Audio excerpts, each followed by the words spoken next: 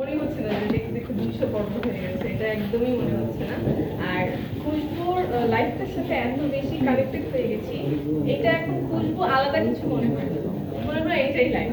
আসবো, খুশবু হব, শুট করবো, যাবো, এটা একটা রেগুলার লাইফ হয়ে গেছে। এটা যদি অনন্তকাল চলে আমার মনে হয় আমি এটাতে পার করে দিতে পারবো।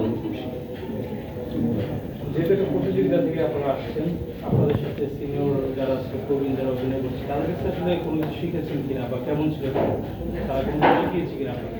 এই জায়গা থেকে যদি বলি, আমি সব থেকে বেশি খুশি হয়েছি যখন নাম ভূমিকায় কাজ করার সুযোগ পেয়েছি। এটা আমার জন্য অনেক বড় ব্যাপার। এরপরে হচ্ছে আমি যখন দেখলাম যে এত বড় বড় শিল্পীদের সাথে, যাদেরকে আমরা ছোট থেকে যাদের অভিনয় দেখে আমরা ইন্সপায়ার হয়েছি যে কাজ করার জন্য, তাদের সাথে কাজ করার বা এত কাছে থেকে দেখার সুযোগ পেয়েছি, এটা পুরোটা একটা লার্নিং ছিল। গত 10-11 মাসে মানে এটা একটা